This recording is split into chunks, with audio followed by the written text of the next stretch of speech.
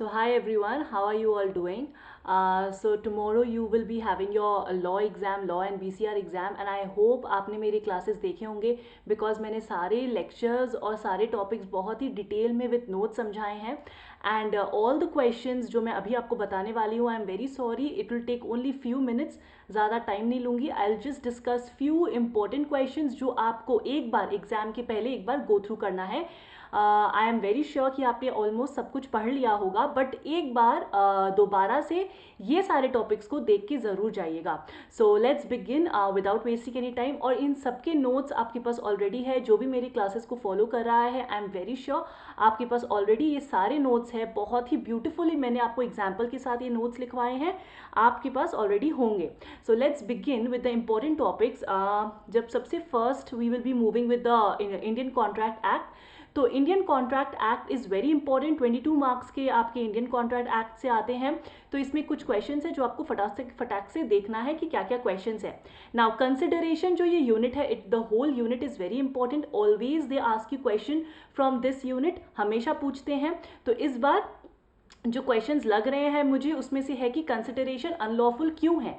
जैसे last time आपको पूछा गया था, जैसे पब्लिक ऑफेंस अगर करेंगे तो आपका कंसिडरेशन अनलॉफुल है, उसी तरीके से और भी सारे एलिमेंट्स हैं, उनमें से एक क्वेश्चन आपको दे दिया जाएगा फ्रॉम कंसिडरेशन. तो केस स्टडी टाइप क्वेश्चन इसमें से आने के बहुत चांसेस है. प्लीज उसको एक बार गो थ्रू कर लीजिएगा. Now privity of contract very important. Privity of contract इसीलिए इंपॉर्टेंट है बिकॉज इससे हमेशा बहुत बार बहुत सारे अटेम्प्ट्स में इससे क्वेश्चन पूछा गया है. इस बार बहुत चांसेस है कि आपको एक प्रैक्टिकल क्वेश्चन इससे दे दे कि प्रिविटी ऑफ कॉन्ट्रैक्ट है. आपको एक सिचुएशन दे देगा कि आपको बताना है कि can the third party sue them और नॉट. तो ये आपको एक बार देखना है. Now the next important topic is free consent. Now free consent में आपके बहुत सारे एलिमेंट्स हैं. हर अटेम्प्ट में आपको एक क्वेश्चन फ्री कंसेंट से आता है, इफ यू हैव नोटिस्ड. तो जैसे लास्ट टाइम आपको क्वेश्चन आया था फ्रॉड मिस इंटरप्रिटेशन से, इस बार कोवर्जन से आ सकता है. So basically the elements of free consent आपको एकदम श्योर क्वेश्चन है ये एक कि आपका आएगा ही. ठीक है. And another important thing that you must go through is wagering and insurance. इससे भी रिलेटेड एक क्वेश्चन आपका आ सकता है. Next is obligation of parties to perform a contract, joint promisor, promisee, जो आपका सेक्शन 37, 41, 42, 43 है. आई होप आपके पास बुक है, उसमें से जो भी ये सारे सेक्शंस हैं प्लीज एक बार गो थ्रू कर लीजिएगा.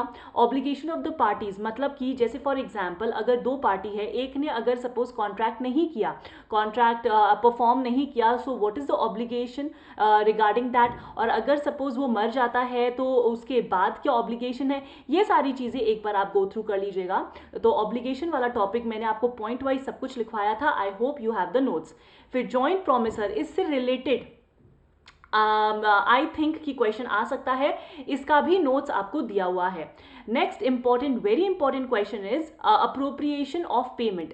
इसका एक क्वेश्चन आपके मॉड्यूल में है. प्लीज मेक श्योर कि वो मॉड्यूल वाला क्वेश्चन आप अटेम्प्ट करो, आप उसको अच्छे से करो. और अप्रोप्रिएशन ऑफ पेमेंट में से एक क्वेश्चन आपका आने का चांसेस है इस बार. Next is contract to discharge contracts, I am very sorry, discharge condition to discharge contracts. ये वाला थोड़ा इंपॉर्टेंट है, इससे डायरेक्ट क्वेश्चन बैठ सकता है ऑफ 6 मार्क्स. ठीक है. तो ये भी मेक श्योर कीजिएगा कि आप इसको अच्छे से करें. Then you have anticipatory and actual breach. इसका जो क्वेश्चन है वो आपका ज़्यादा लेंथी क्वेश्चंस नहीं आएगा, डायरेक्ट भी आ सकता है, आपका प्रैक्टिकल भी आ सकता है, बट मॉड्यूल में आपका एक क्वेश्चन है बैक में, तो प्लीज़ वो एक बार देख लीजिएगा, उस टाइप के क्वेश्चंस आपको आएंगे. Then you have ordinary and special damage, very important, section number 73, very very important. इसका मैंने नोट्स आपको एग्जाम्पल के साथ लिखवाया था. प्लीज़ मेक श्योर कि आप इसको गो थ्रू करो एक बार, बिकॉज ये करके बिल्कुल से जाना है आपको, ये छोड़ना नहीं है. Then you have liquidated damage and penalty. I hope you remember, मैंने आपको बहुत अच्छे से एग्जाम्पल से समझाया था कि लिक्विडेटेड डैमेज क्या होता है, पेनल्टी क्या होती है. जैसे मैंने आपको डिफरेंसेस बताए थे कि जब बहुत ज़्यादा आपका कुछ डैमेजेस होता है, पेनल्टी होता है, तो उसको क्या कहते हैं, क्या हम उसको पेनल्टी कहेंगे, डिफ्रेंशिएट कैसे करते हैं दोनों में. तो ये सारी चीज़ें आपको एक बार पढ़नी है. ये इसीलिए पढ़नी है बिकॉज मॉड्यूल में इसका क्वेश्चन आपका एडिशन किया गया है. Then you have suit for injunction, इसको भी एक बार गो थ्रू कर लीजिएगा. Offer is its essential elements. Last time आपको एक्सेप्टेंस से पूछा गया था, इस बार मोस्ट प्रोबेबली आपको ऑफर से पूछा जाएगा. And invitation to offer case study type question आपके बन सकते हैं. Then you have revocation and its communication. अब रेवोकेशन वाला जो क्वेश्चन है वो आपको लास्ट टाइम दिया था, इफ यू ऑल रिमेंबर. तो इस बार भी आपका चांसेस है आने का, बिकॉज ये एक इंपॉर्टेंट टॉपिक है, इसको आप छोड़ के नहीं जा सकते. तो बेसिकली इसको भी एक बार आपको देखना है. इसके भी नोट्स मैंने आपको फ्लो चार्ट से दिए थे, so please go through my notes. आपका ऑलमोस्ट सारे चीज डन हो जाएंगे. Next very important topic is void, voidable and valid situation type questions. जैसे आजकल क्या हो रहा है, आपके ICAI आपको सिचुएशन बेस्ड क्वेश्चंस दे रहे हैं, जहां पे आपको पूछा जा रहा है is the contract valid, is the contract void, is the contract voidable.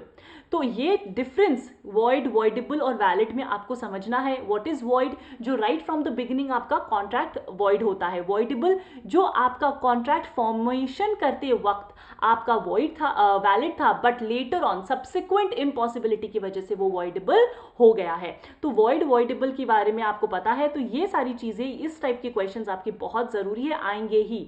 Next is contingent contracts, quasi contracts. इससे बहुत क्वेश्चंस आए नहीं है, सो लग रहा है कि प्रैक्टिकल क्वेश्चन इससे एक बन सकता है. तो ये था आपका इंडियन कॉन्ट्रैक्ट एक्ट से जो इंपॉर्टेंट टॉपिक्स है, जो आपको एक बार गो थ्रू करना है. Please make sure that you go through these.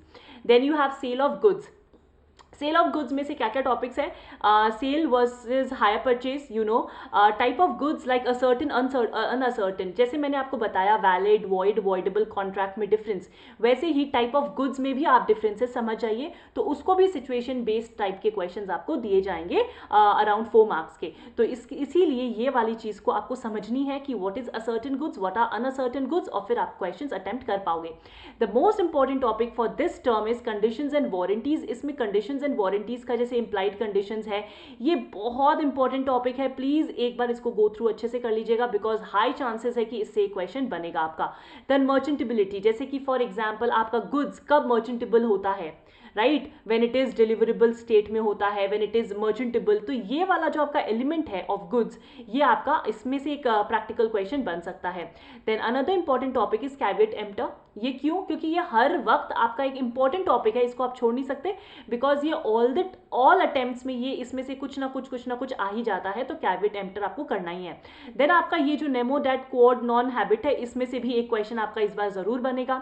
Then you have section number 44. Section number 44 आपका क्या है कि जिसमें आपका liability of the buyer for neglecting और रिफ्यूजिंग डिलीवरी ऑफ गुड्स, जिसमें आपका बायर रिफ्यूज कर देता है to accept the goods, right, buyer आपका रिफ्यूज कर देता है. तो ये वाला जो पोर्शन है, जो लास्ट टॉपिक है आपके चैप्टर का, तो प्लीज इसको भी एक बार करके जाइएगा, इसमें से भी एक क्वेश्चन बन सकता है. I hope sale of goods आपको समझ में आ गया. I am going a little bit fast because you do not have much time to waste on the video. तो मैं आपको जल्दी से बस टॉपिक्स बता रही हूँ ताकि आपके दिमाग में रहे. Then you have partnership, mutual agency, very important. Then you have partners, minors, right, of course very important. Types of partnership, I mean this is types of partnership. अभी आजकल कुछ भी पूछ रहे हैं, partnership at will, what is partnership at will, direct questions पूछ रहे हैं. तो उसीलिए आपको टाइप्स ऑफ पार्टनरशिप जानना बहुत जरूरी है. Then partner by holding out, please make sure that partner by holding out भी आप अच्छे से कर लो. देन एक्सपल्शन, डेथ, ये जो आपका सेक्शन है 35, 37, 90, 35, 37, ये वाला डेथ, एक्सपल्शन, ये वाला टॉपिक, इसको मेक श्योर करना कि आप अच्छे से करो, बिकॉज आपको एक सिचुएशन बेस्ड देगा कि whether the partner was liable to be expelled. Death के बाद क्या होगा, अगर सपोज डेथ हो जाती है, तो अगर उसने अकाउंट्स को नहीं बराबर से हिसाब किया है, तो फिर क्या लाइबिलिटी है ऑफ द पार्टनर्स, जो मैंने आपको बहुत अच्छे से नोट्स दिए थे. तो प्लीज इस वाले टॉपिक को भी अच्छे से कर लीजिएगा, इसमें से एक क्वेश्चन बन सकता है. Then you have section number 19 and 20, obviously liability of the partners, very important. Registration, अब ये जो चीज है इसमें से हमेशा एक क्वेश्चन बनता है, registration of partnership and disadvantages and the exceptions. जैसे कि अगर पार्टनरशिप को रजिस्टर करना जरूरी है, नहीं है, अगर है डिसएडवांटेजेस क्या क्या है, फिर एक्सेप्शंस आपको याद है अच्छे से कि आप सू नहीं कर सकते. तो वो सारे जो पॉइंट्स मैंने लिखवाए थे वो वो सारे पॉइंट्स आपको इसमें करने हैं। Then you have dissolution of firm, dissolution कैसे होगा, I mean on what grounds can the firm be dissolved, ठीक है ना। तो ये सारी चीजें भी आपको करनी है बेसिकली पार्टनरशिप से, इससे ज्यादा इंपॉर्टेंट और कुछ है नहीं, तो ये आप एक बार करके जाइएगा। Then you have LLP, LLP में से 2-3 टॉपिक्स तो आपके हैं गिन के, 4 या 5 टॉपिक गिन के हैं, तो चारों पांचों पढ़ लो, but most importantly which we think इस टर्म में आ सकता है, it is essential elements to incorporate LLP, ये वाला टॉपिक आपका इस टर्म में आने के चांसेस है, तो एक बार इसको देख के जाइएगा। And the last topic, last chapter is companies act. Companies act में से सिर्फ ये जो मैं बता रही हूं ये कर लीजिएगा, आई एम वेरी श्योर इसी में से एक क्वेश्चन आने वाला है। टाइप्स ऑफ कंपनीज, आजकल टाइप्स ऑफ कंपनीज बहुत पूछ रहे हैं, even you know subsidiary company, holding company क्या है, small company, dormant company, foreign company, government company, तो इसमें आपको प्रैक्टिकल क्वेश्चंस देते हैं, आपको एक प्रैक्टिकल सिचुएशन दे देगा and they will be asking you whether this is a foreign company or not, whether this is a government company or not, so you have to have a proper understanding of all the type of companies. अब ये आप एकदम अच्छे से गो through कर लीजिएगा ताकि कोई भी प्रैक्टिकल क्वेश्चंस हो तो आप आराम से कर पाए। देन प्राइवेट कंपनी में वेरी इंपॉर्टेंट मेंबर्स का कैलकुलेशन, मेंबर का कैलकुलेशन जो होता है ये आपको देने लगे हैं, 200 मेंबर्स आपका टोटल में होता है, इनका कैलकुलेशन कैसे करते हैं प्लीज मेक श्योर कि अच्छे से आप करो, एक्स एम्प्लॉइज को नहीं लेते हैं, एम्प्लॉइज हु आर मेंबर्स नहीं, इस तरीके से सारी चीजें आपको एक बार गो थ्रू करनी है तो प्राइवेट कंपनी में। And the very easy topic and very common questions जो हर अटेम्प्ट में पूछा जाता है वो है आपका doctrine of indoor management, ultra vires, constructive notice, इसमें से तो क्वेश्चन बनेगा ही, तो इसको आप छोड़ के जा ही नहीं सकते। Corporate wheel and 1% company, 1% company जो है इसमें से आपको नॉमिनेशन कि नॉमिनेशन कैसे करते हैं, नॉमिनेशन करना जरूरी है, अगर सपोज इंसान मर जाता है तो फिर उसके क्या क्या लाइबिलिटी बनती है, तो वो नॉमिनेशन की जो मैंने आपको 8 to 9 पॉइंट्स लिखवाए थे, मैंने एक पैराग्राफ बनाया था, एक पोएम पोइट्री जैसे आपको याद कराने की कोशिश करी थी, आई होप आपको वो याद होगा, तो वो चीज आपको करना है। आई होप आपका सारा इंपॉर्टेंट टॉपिक्स आपको समझ में आ गया कि क्या क्या इंपॉर्टेंट टॉपिक्स है जो जिस पे आपको ध्यान देना है। प्लीज आराम से बैठिए, एकदम स्ट्रेस मत लीजिए, एक बार गो थ्रू कर लीजिए ये सारे टॉपिक्स को, आई एम वेरी श्योर कि इसमें से अराउंड 70 मार्क्स तो आपके आने वाले हैं, ठीक है। Thank you so much everyone, it was very nice having you all and all the very best, and I hope you all do amazing tomorrow, all the very best guys.